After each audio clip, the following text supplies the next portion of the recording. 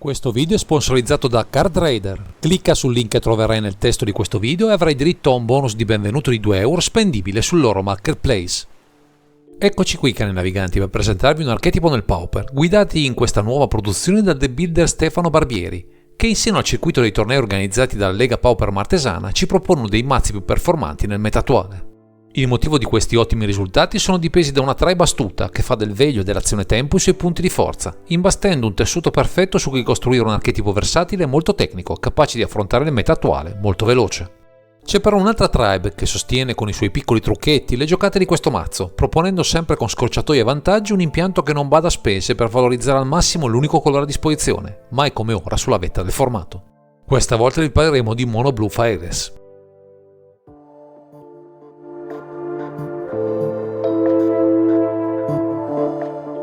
Come vi abbiamo accennato nelle premesse, questa lista si poggia su 2 tipologie di creature, le fatine e i ninja, che vanno a proporre non solo una fase agro veloce, ma tanti piccoli vantaggi, che alla lunga porteranno a surclassare l'avversario, mentre lo colpiamo a forza di danni da combattimento. Della prima tribe fanno parte ben 4 Fire Miscreant e 4 Fire Seer, che si preoccupano o di offrire nuove carte o una card selection fondamentale per sostenere le partite, oltre che degli ottimi abitanti evasivi, perfetti per valorizzare il comparto dei ninja, come vedremo tra poco. La regina incontrastata però resta Spellstutter Sprite, anche lei in 4x, un perfetto counter con le gambe, che cresce in efficacia se ci saranno altre fatine in campo, rendendo sempre più utile il suo effetto, soprattutto se riprenderemo in mano questa carta più volte durante la partita. Già, perché la vera forza di questo mazzo non è tanto in questi volanti, ma nella combinazione con 2 colonne portanti che ci permettono degli ottimi trick, Moon Circuit Hacker e Ninja VD Powers, entrambi presenti in 4x in questa lista. La loro abilità ninjutsu permette di sostituire l'abilitante che attacca, non bloccato dal nemico, sostituendosi a lui, grazie al costo alternativo,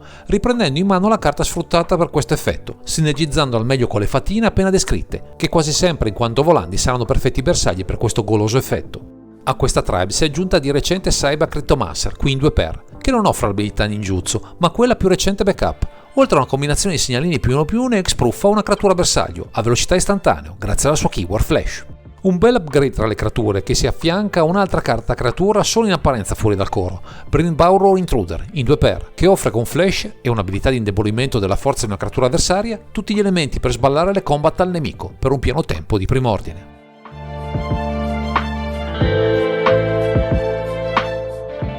Se con il comparto creature appaiono evidenti le potenti sinergie tra fatine e ninja, in quello delle magie rimarchiamo la nostra propensione a fiaccare le resistenze del nemico, impedendogli di giocare le carte migliori, con una sezione dedicata alle interazioni di qualità. Come 4 counter spell, 2 Force Spike e 2 Spell Spears, impegniamo ben 8 carte ai counter, affiancandoli a Spellstutter Sprite, con un arsenale che quasi sempre avrà modo, presto o nelle fasi avanzate della partita, di rispondere alle mestizie del nemico. Come ulteriore elemento di vantaggio useremo con profitto 4 snap, utili sia a rimbalzare un bittante fastidioso che potrebbe inficiare le nostre combat, sia per darci nuovo mana e per risposte, ma anche per attivare qualcuno dei nostri ninja al momento giusto. Non avendo bittanti di peso annoveriamo anche 3 Mutagenic Grow tra le 60, perfette per gonfiare senza spendere mana le statistiche di una creatura, così da fronteggiare bittanti problematici o spingere sugli ultimi danni, in cerca di una combat vittoriosa. Infine, vista la propensione di miscelare tra le creature umane e fatine, useremo ben 4 Off One Mind per ottenere con poco mana nuove carte per replicare al nemico, inondandolo di tante piccole creature fastidiose e letali.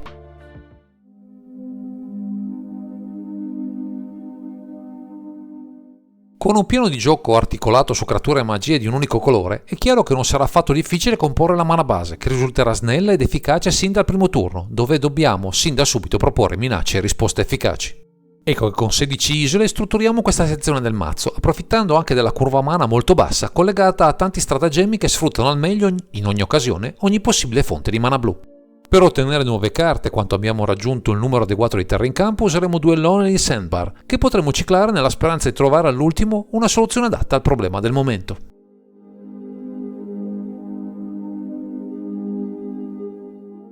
Se nella sezione principale del mazzo abbiamo le idee chiare su come affrontare gli avversari, la Cyborg deve tutelare il nostro game plan, molto tecnico e fragile in determinati contesti, con scelte mirate, a volte anche poco convenzionali. Vista la forte presenza del rosso nel meta attuale, con 4 Blue Elemental Blast ci assicuriamo una risposta definitiva al problema, inglobando al comparto counter una carta tuttofare, perfetta contro questa tipologia di avversari. Come se non bastasse, con un Unknown, 2 Dispel e un Lost Focus, andremo a rinforzare quest'area del mazzo con risposte specifiche, adattando il comparto all'avversario di turno, così da bersagliare meglio le sue minacce prima che tocchino terra. Per migliorare le nostre combat, spesso non particolarmente incisive, adotteremo un Bone Splitter e 2 Sunken City, quest'ultimo è in grado anche di proteggere il nostro board da rimozioni di massa letali per il nostro game plan. Come ulteriore risposta alle creature problematiche, sono presenti 2 Weakstone Subjugation, che impediranno l'untap di un bittante ostico o di qualche creatura che con i suoi effetti può generare troppo mana e vantaggi conseguenti, inibendo la nostra vittoria. Infine, in un contesto in cui il cimitero viene sfruttato al massimo da alcuni avversari, 2 Relic Progenitus ci possono venire in soccorso per scongiurare il peggio, mentre noi, padroni del cieli, ci apprestiamo a portare a casa il risultato.